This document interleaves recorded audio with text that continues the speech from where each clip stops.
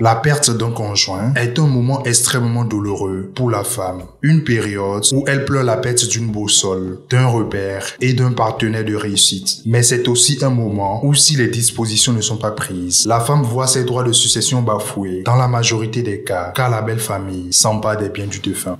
Le veuvage, c'est le fait que une personne a perdu son conjoint ou sa conjointe et rentre maintenant dans une période où seul, il doit pouvoir éduquer les enfants ou vivre sa vie, ou seule, elle doit pouvoir éduquer ses enfants, prendre la charge des enfants et vivre seule en attendant de se remarier. Malgré que la question de la succession des biens soit encadrée par plusieurs textes régissant la famille au Bénin, il est fort fréquent de constater que les femmes continuent d'être dépouillées des biens de leur mari. Déjà, depuis le vivant de ce mari-là, déjà avant même que ce couple-là ne se constitue, on doit pouvoir se poser la question de savoir est-ce que nous vivons en concubinage ou bien est-ce que les autorités alors nous connaissent. Est-ce qu'on a fait le mariage civil après avoir fait la dot?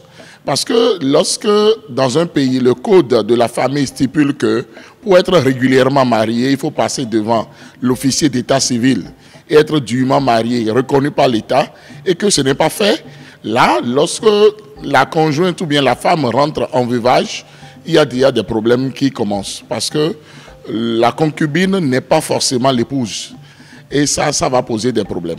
Le veuvage, dans la majorité des cas, est un enfer pour la femme qui, en dehors de son deuil, devra faire face à sa belle famille qui, dans un laps de temps, ne la reconnaissent plus. Il y a déjà un problème sociologique là à régler pour que chaque homme qui s'est marié dûment alors puisse informer sa femme et dire exactement à cette femme-là ce qui lui revient après sa mort. Et aussi, la femme aussi informe son mari pour que les deux puissent avoir les mêmes informations.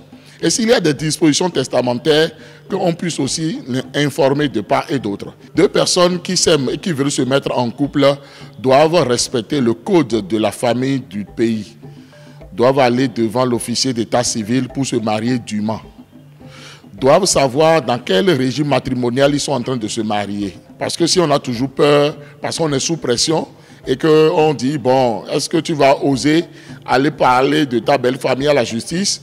Parce qu'on risque de te tuer, il y a la sorcellerie qui est là, il y a telle chose, et on laisse les biens être dilapidés. Ça n'aide pas alors l'évolution des enfants. En cette journée du 8 mars, dédiée aux droits de femmes, des réflexions doivent être mûries afin de permettre à toutes les femmes de jouir pleinement de leurs droits de succession.